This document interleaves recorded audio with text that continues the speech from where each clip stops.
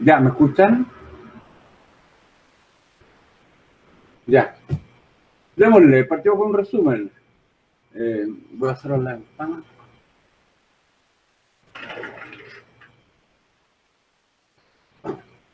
Oye, y hay un temita pendiente, igual hay que conversarlo con los otros, que el próximo viernes es 22.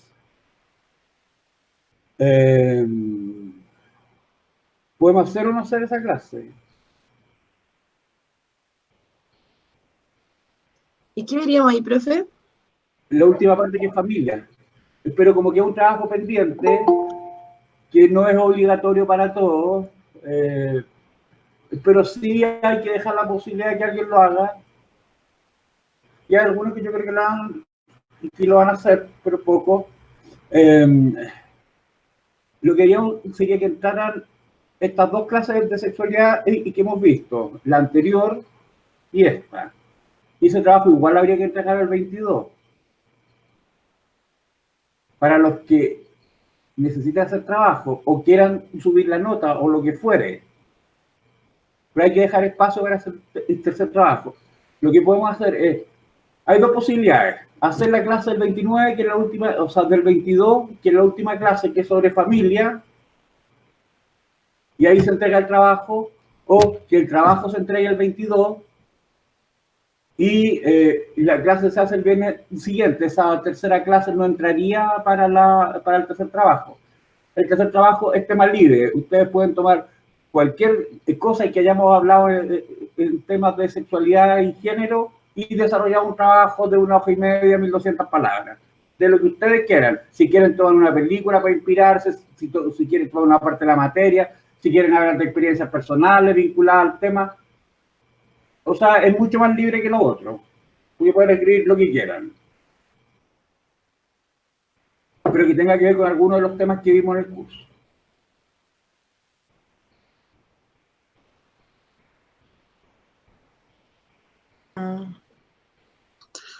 Profe, y este trabajo es para subir la nota de los que lo necesiten o todos tenemos que hacerlo, es No, opcional? solo para los que lo necesiten, para quienes que quieran subir pruebas, subir notas, o para alguno que le haya ido mal en algún trabajo, no sé, lo que fuera. Pero Ah, igual hay que dar espacio para que si alguien quiere hacer ese trabajo, se haga. Mm. Pero faltaría una última clase, que esa clase la podamos hacer el 22 o la podamos hacer el viernes siguiente. Como no entraría en la entrega del trabajo, da lo mismo. Pero igual me interesaría hacer esa clase. Mm. Igual, profe, yo creo que la semana siguiente no van a haber clases de casi nada, ¿o no? Por No sé, es que... no sé, quizás mis es que, compañeros saben más. es que en general están terminando casi todos los ramos de aquí a la otra semana, se están haciendo la entrega. De hecho, yo personalmente preferiría tener esa clase el 22 para poder tener unas semanas libres antes de que empiece el siguiente semestre. Pero eso en personal, no sé qué opinan mis compañeros, compañeras. Mm. Yo creo que van a ser los menos los que tengan que hacer ese trabajo, pero me interesa hacer la clase. Para que no quede el Yo tema en el... igual comparto. Y además, viendo el calendario, no ando con el celular acá, viendo el calendario, igual nos queda una semana, que sería, si esto es el 22, con 7 días más, sería el 29. O sea, ni siquiera estamos todavía en la semana de prueba recuperativa, que sería la siguiente. Ahora, yo preferiría hacer al 22 para no perder el hilo. Porque no creo además que alguien vaya a tomarse un interferiado, se vaya a ir a la playa el jueves y vaya a estar todo el fin de semana. ¿Y ese viernes es feriado, profe, o el jueves es feriado? El jueves es feriado. Ya. Pero la universidad originalmente lo habría tomado como sándwich. Ujú. Pero nosotros somos libres, como no es feriado, el viernes 22, eh, podríamos o no podríamos hacer la clase, dependiendo de lo que nosotros queramos. Profe, de hecho el jueves nosotros acordamos con el profesor que tenemos clases ese día que sí íbamos a tener clases. Yo creo que podría ser el 22. Yo prefiero que sea el 22 para salir una vez y además para no cortar el hilo de la materia. Y como no va a entrar en la prueba en realidad, o sea, en el trabajo. Lo dejamos el 22. Hacemos una última consulta al final. Sí, mejor consultar con todos, pero claro, Ya. creo que 22 sería mejor. Ya. Partimos con el resumen entonces. Estábamos viendo entonces temas de sexualidad y básicamente lo que vimos es que históricamente no había habido ninguna regulación respecto de la sexualidad porque cada grupo, cada sociedad, cada entidad, qué sé yo, vivía la sexualidad del modo que es ese grupo, esa comunidad, esa mini sociedad estimase conveniente. Y que la primera intento de regulación de la sexualidad tiene que ver con el cristianismo, que regula la sexualidad dentro del matrimonio, entre personas casadas y fundamentalmente con fines reproductivos.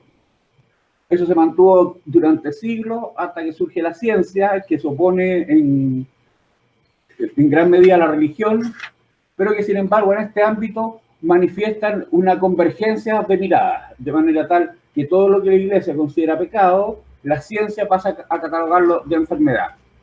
Entonces ahí vimos el autor clásico de esta materia, que es Richard von Krafft-Ebing, que plantea que la sexualidad femenina no existe porque no tienen biológicamente impulsos para el placer sexual, que la homosexualidad es una enfermedad y que la masturbación crea lesiones al sistema nervioso central. Todas estas ideas son negadas una década después por Havelock Ellis, que es discípulo de Freud, y él dice que el placer sexual es algo deseable para ambos sexos y que por lo tanto la mujer tiene la capacidad de tener impulso sexual, no como planteaba von Krafft-Ebing.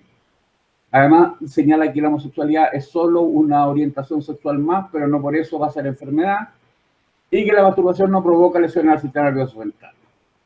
Después veíamos autores que nosotros ya vimos, no los voy a repetir, Freud y Reich, que toman el tema de la sexualidad, y que después encontramos a Alfred Kinsey, que es el primero que hace un estudio de sexualidad. O sea, por primera vez en la historia, un cientista, en este caso un biólogo, decide preguntarle a la gente qué es lo que hace en materia sexual. ¿Cuántas parejas tiene? ¿A qué edad se inició? ¿Qué cosas hacen en materia sexual? Y por lo tanto, esto se convierte en el primer estudio de comportamiento sexual que conoció el mundo. Esto en los años 40. Los resultados del estudio provocaron gran conmoción social. Kinsey lo pasó pésimo, porque en el fondo, y que era lo que el poder no quería que se supiera a nivel público, era que en el fondo había un discurso público de sexualidad, un discurso conservador de sexualidad, un discurso represivo de sexualidad a nivel de los mensajes que se entregaban al público, pero que la gente en su cotidiano hacían otras cosas. O sea, igual pasaban a llevar esta supuesta sexualidad conservadora que quería instalarse desde los sistemas de poder. Recordemos que estábamos entre medio de la guerra mundial. Entonces, se quería tener a la gente reprimida. Entonces, ¿qué es lo que mostró? Es que la gente no vivía la sexualidad del modo tan conservador como el poder quería difundir, y que la gente lo entendía así, porque por algo la gente no hablaba de sexualidad. Después nos metimos en el Master y Johnson.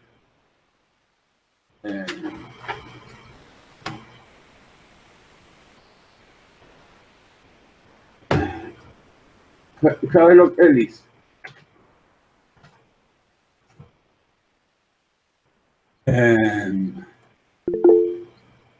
Entonces, después nos metimos en Master y Johnson, y básicamente Master y Johnson, ¿qué es lo que estudiaron? La respuesta sexual, o sea, cómo hay diferencias de género en la forma en que se excitan tanto hombres como mujeres.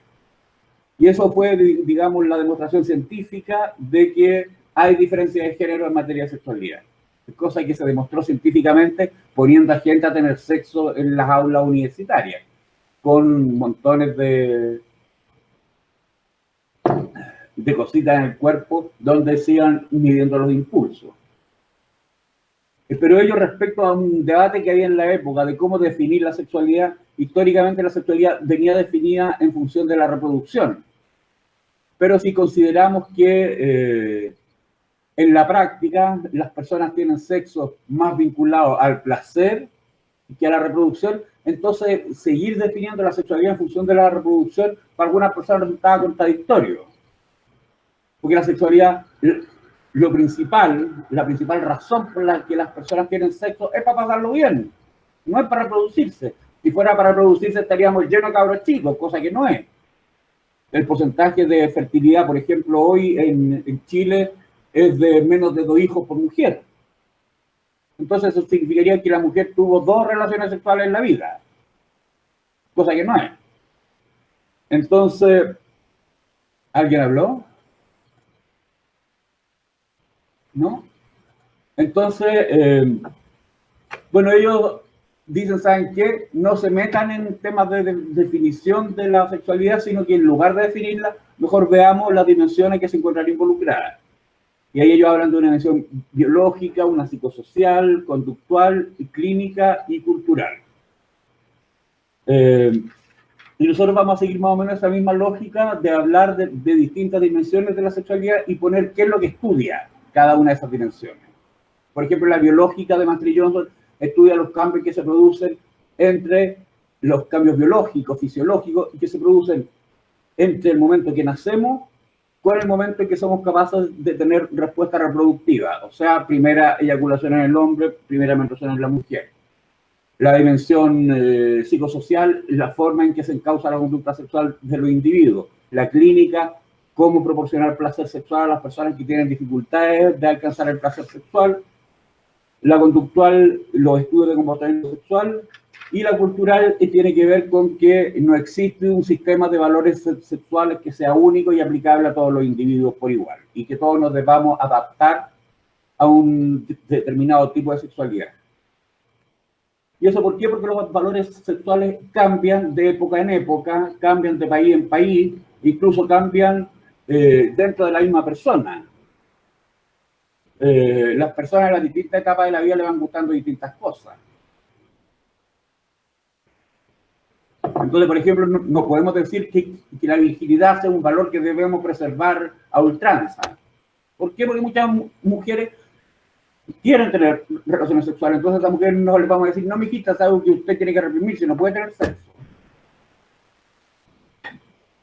Entonces, lo que vamos a ver ahora, y que empezamos en la clase pasada, son algunas dimensiones que nosotros proponemos desde el hoy. No es que yo me ponga a decir que Master Johnson no tenía ni idea, pero ellos escribieron en los años 60, 70, 80. Algo por el 90 por ahí. Igual con el tema del SIDA se dieron medio complicados. Hubo unos temas ahí que a la gente no le gustó la forma en que ellos abordaban el tema del SIDA. Se consideró muy conservador. Entonces nosotros vamos a hablar de una dimensión biológica de la sexualidad y una dimensión política. Acá les pongo la diapo de cuáles serían los temas que abordaría esta dimensión sociológica de la sexualidad. Que vamos a ver eso primero. Entonces, esta dimensión sociológica básicamente estudiaría 3 temas. Acá van a aparecer 4, pero voy a desarrollar 3 porque el otro lo vamos a ver más adelante. Entonces, un primer tema es cómo influyen los movimientos sociales en el ámbito de la sexualidad. O sea, qué movimientos sociales han provocado cambios en la sexualidad. Después, el segundo punto, cuáles son las características de la sexualidad en la sociedad moderna. Después, cambio en la familia, que eso lo vamos a ver en la clase de familia, no lo vamos a ver acá, no vamos a alcanzar. Y cambio en la conducta y prácticas sexuales. Entonces, esos 4 ámbitos serían los ámbitos que estudiaría esta dimensión sociológica de la sexualidad. Nosotros vimos el primero, la influencia del movimiento social en el ámbito de la sexualidad. Y ahí vimos el movimiento feminista, la masculinidad y las minorías sexuales. ¿Eso lo vimos todo o vimos parte de eso? ¿Vimos las minorías sexuales? ¿Alguien se acuerda? Más o menos la vimos. Sí. Ya, pero no lee el tema del SIDA. No. Ya, tengo que hablar ahora. Bueno, un resumen de la primera parte, entonces, el movimiento feminista al principio instala temas que son evidentes, el tema del derecho al voto, el derecho a la educación, y después las diferencias que en el ámbito de la sexualidad se podían encontrar entre hombres y mujeres. Se instala el tema del género, se instala el tema un poquito más adelante de los derechos sexuales y reproductivos. ¿Hablé de los derechos sexuales y reproductivos?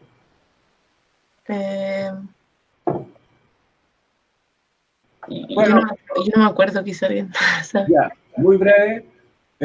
Una vez que las académicas que se instalan desde el tema del género, se instalan desde la academia y un poco a través de las conferencias de población, por ejemplo, estos son conferencias de Naciones Unidas, por ejemplo, el Fondo de Naciones Unidas para Asuntos del Desarrollo, el PNUD, la CEPAL, que tiene que ver con lo económico. Entonces lo que plantean es que deben existir también, y primero surgen los derechos reproductivos, es decir, que la mujer puede tener los hijos cuando ella considere necesario.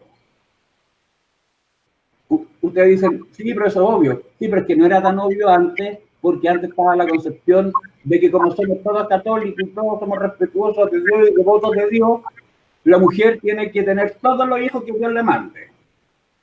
Además que los métodos anticonceptivos empezaron en los años 60. Entonces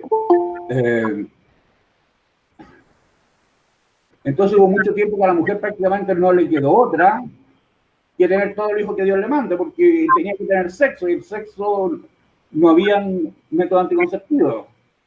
Entonces, después se empieza a plantear que incluso la mujer puede tener derecho a terminar un embarazo, o sea, el tema del aborto.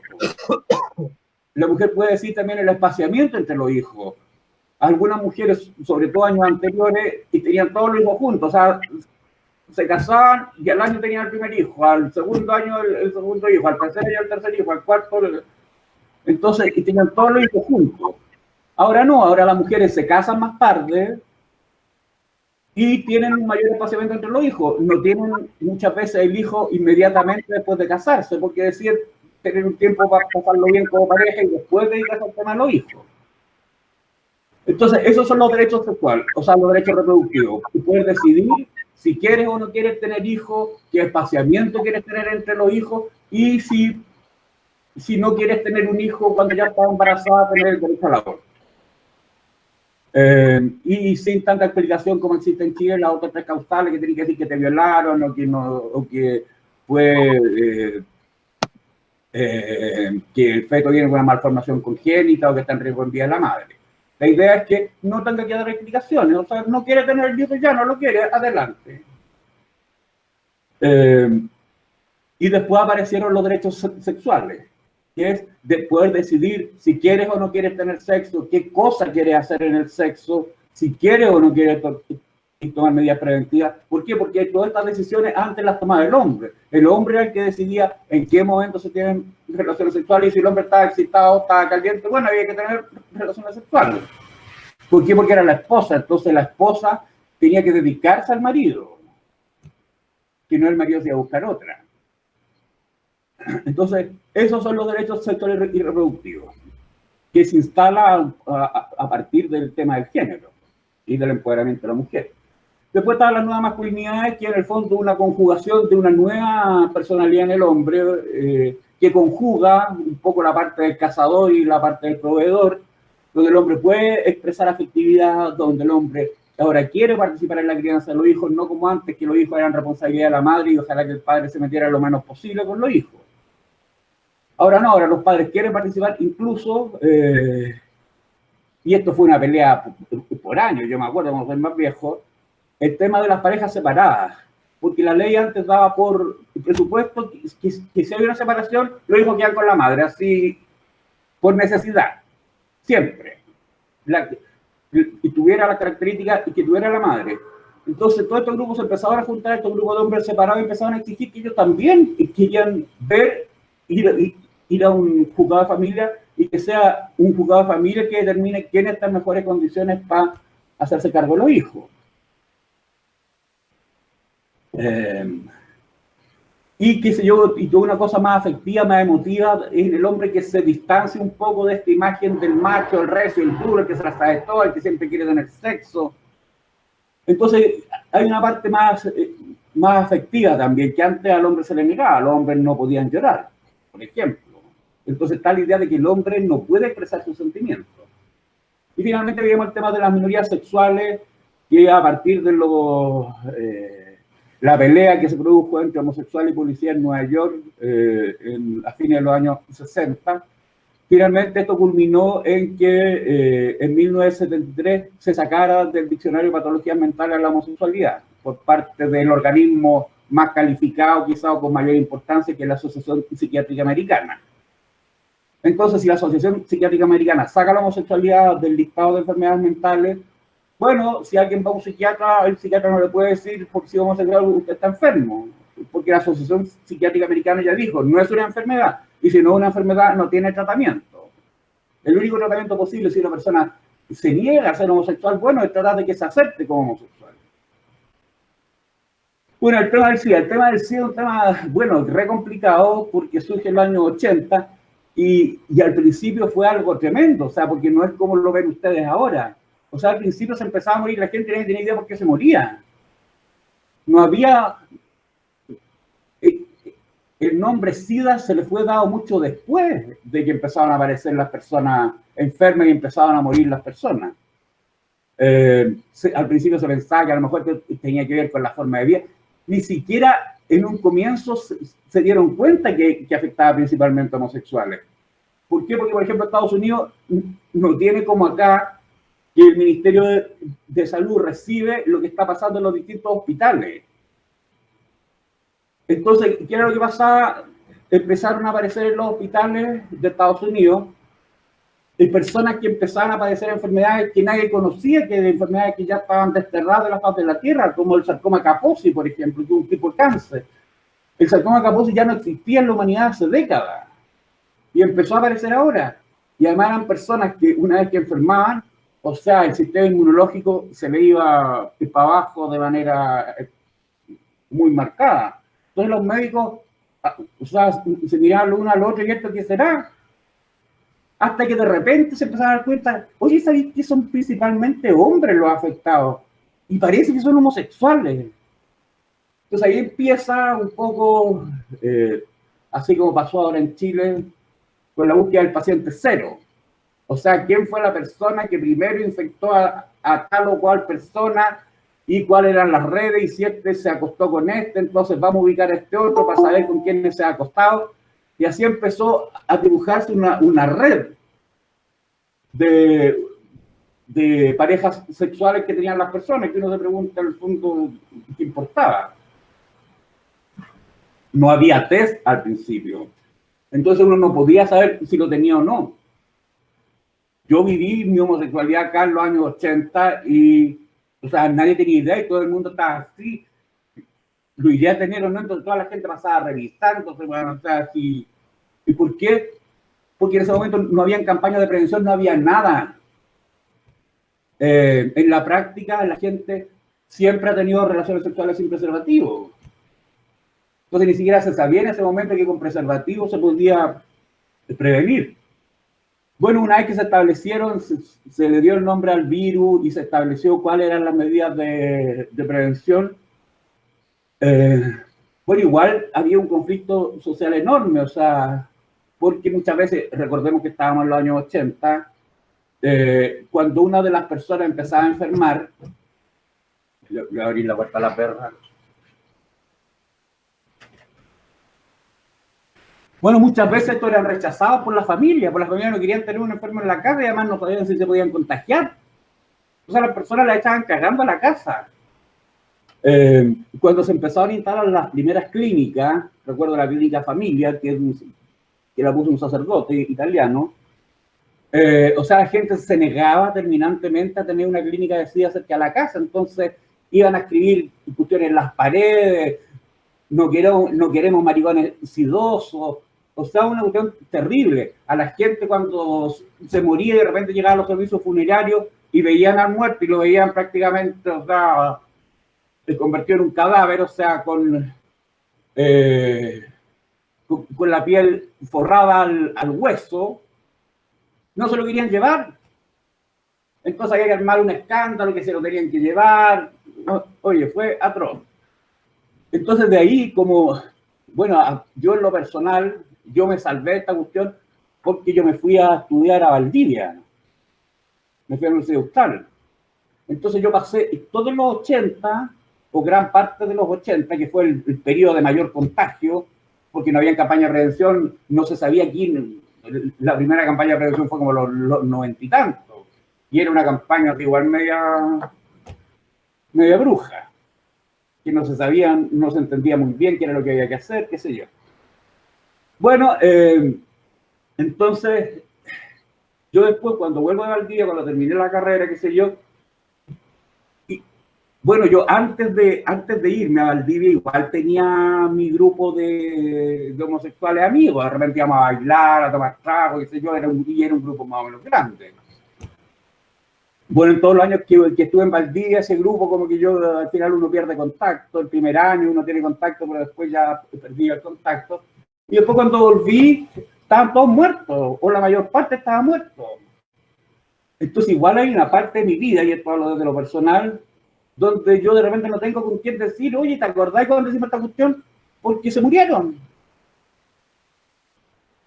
De eso yo decidí, porque hasta ese momento recién estaban empezando a salir los tratamientos. O sea, el primer caso de SIDA en Chile fue el año 84 y los tratamientos aparecen en el mundo en el 97. O sea, del 84 al 97 nunca hubo tratamiento, entonces las personas se morían y se morían de las formas más atroces. ¿Y por qué? Porque cualquier enfermedad que los podría afectar a ustedes, en una persona con VIH, o sea, se iba al carajo. ¿Por qué? Por lo disminuido que tenía el sistema nervioso. Entonces, un resfrío, que bueno, ahora igual es complicado, pero un resfrío en época normal, bueno, a nadie le altera, anda resfriado. Pero en el caso de una persona con SIDA, o sea, ese resfrío pues, rápidamente a lo más grave, a neumonía, y de ahí a ventilación artificial, y de ahí al ataúd. Entonces, el panorama cambia radicalmente con el surgimiento de la terapia. Y la terapia se tiró, o sea, sin pasar por tantos estudios como plantean los científicos. O sea, que primero tiene que ser cuestiones con animales, después de mucho tiempo en unos pocos seres humanos y después ampliar la muestra. No, acá como la gente se estaba muriendo, ¿qué es lo que hicieron los activistas? Fueron a dejar la tendalá y a exigir que se entregaran los medicamentos. Esto en Europa y en Estados Unidos. ¿Por qué? Porque la gente se estaba muriendo? Entonces, si había algo que de repente parecía mostrar que los podía salvar, o sea, ¿cómo no se entregaba a todo el mundo? Entonces la presión fue tremenda hasta que finalmente logran que en Europa y Estados Unidos los sistemas de salud empiecen a cubrir el tema del SIDA. Una terapia de SIDA comprada de manera individual cuesta 500 lucas mensuales. Entonces en Chile llegan en el 97, pero llegan para que pueda pagar las 500 lucas, po. No como en Europa y Estados Unidos, que inmediatamente el servicio público se hace cargo de financiar el tratamiento. En Chile, ¿cuál era el argumento? Ay, es que son tan caros, entonces no podemos dar el tratamiento a tanta gente, porque son muy caras las terapias. Entonces ahí, cuando surge eso, yo decidí trabajar el tema del SIDA. Entonces me uní a organizaciones que estaban trabajando el tema del SIDA para lograr el acceso a medicamentos. No podíamos, si ya había algo que podía evitar que la gente siguiera muriendo, no podíamos dejar que el Estado no comprara ese medicamento y que la gente se siguiera muriendo. Bueno, el tratamiento surgió en el mundo el año 97 y en Chile lo tuvimos recién con acceso a todo el mundo el 2003-2004. O sea, hubieron 6, 7 años en que habiendo tratamiento, a las personas no se lo daban en Chile. Y cuando recién lo empezaron a dar un poco. Por ejemplo, no sé, la primera entrega de terapia fue de 200. Entonces, por decir cualquier cosa, en el Hospital Salvador, por decir algo, estoy inventando, le tocaban 50 terapias. A este otro hospital otras 50, a este otro hospital otras 50. Entonces, ¿qué hacía el hospital si le llegaban 50 terapias y tenía 200 personas que la necesitaban? Bueno, pasó lo que no quieren los médicos y que pase ahora con el COVID. ¿Qué es lo que no quieren? Es que si les llegan muchos pacientes con ventilación mecánica y ellos no tienen tantos ventiladores mecánicos, ellos van a tener que empezar a decidir a quién ponían el ventilador y a quién no. Bueno, lo mismo empezó a pasar con el SIDA. Y como no había tratamiento para todas las personas, sino que empezaron a llegar unas pocas, los médicos tenían que decir a quién le daban esas pocas, por lo tanto a quienes vivían y a quienes no se la daban, que eran los que morían. Evidentemente, si una persona era casada, heterosexual, tenía hijos, esa es la primera persona que está en la lista para las terapias. Bueno, y el resto, bueno, eran maricones, que se murieran. Y así eran los argumentos. A las personas privadas de libertad tampoco le daban tratamiento. Estaban presos. Entonces fue una pelea horrorosa. Bueno, y de ahí se fue aumentando la terapia hasta que en el 2004 se logró la cobertura universal de los tratamientos. Pero fue a la batalla al combo. O sea, fue a través de denuncia al Estado en organismos internacionales por el derecho a la vida, qué sé yo, etcétera. Entonces, fue una cuestión que fue bien complicada. Yo recuerdo que un amigo que lo llevaba, un amigo, qué sé yo, que fue un amigo el primer amigo homosexual que fue desde la básica. Bueno, él empezó a enfermarse, él me contó que tenía SIDA, después empezó a enfermar. Entonces yo andaba con el Hospital Salvador recorriendo con la mamá, y la mamá, que era culta católica, lo que me decían, no, pero si ustedes son pecadores, ¿qué es lo que pasa? Ustedes tienen esto por haber estado pecado, por alejarse de Dios. Yo, señora, por favor, llevemos a su hijo a hacerse los exámenes y no más estupideces. Entonces, fue pesado. Además, cuando la gente se moría, por ejemplo, estaba emparejado. Vivía en un departamento que se dio la pareja. ¿Qué es lo que hacía cuando se moría uno de los integrantes de la pareja? Llegaba la familia del integrante que murió y llegaba al departamento, rompían las chapas, le cambiaban las chapas y la otra persona que pudo haber sido pareja 20 años y haber incluso pagado el departamento con la otra persona, la echaban. Entonces no había ninguna normativa, no había nada que protegiera a las personas. ¿Por qué? Porque no son familia. Pues, si incluso el día de hoy, si una pareja homosexual, una persona cae en la clínica y la otra persona la quiere ir a ver, le va a decir, ¿usted es familiar? No, no soy familiar. Ah, no puede entrar. Solamente familiares. Entonces, todavía incluso sigue cierta discriminación hacia la población homosexual. Y bueno, en la actualidad el tema del SIDA ya está bastante controlado, porque la efectividad de la terapia ya es indudable. Ese era otro argumento que daban en el Ministerio de Salud de Chile, que no se sabía que no daban la terapia porque no estaba claro que fuese efectiva todavía. Los estudios científicos no demostraban que la terapia fuera efectiva.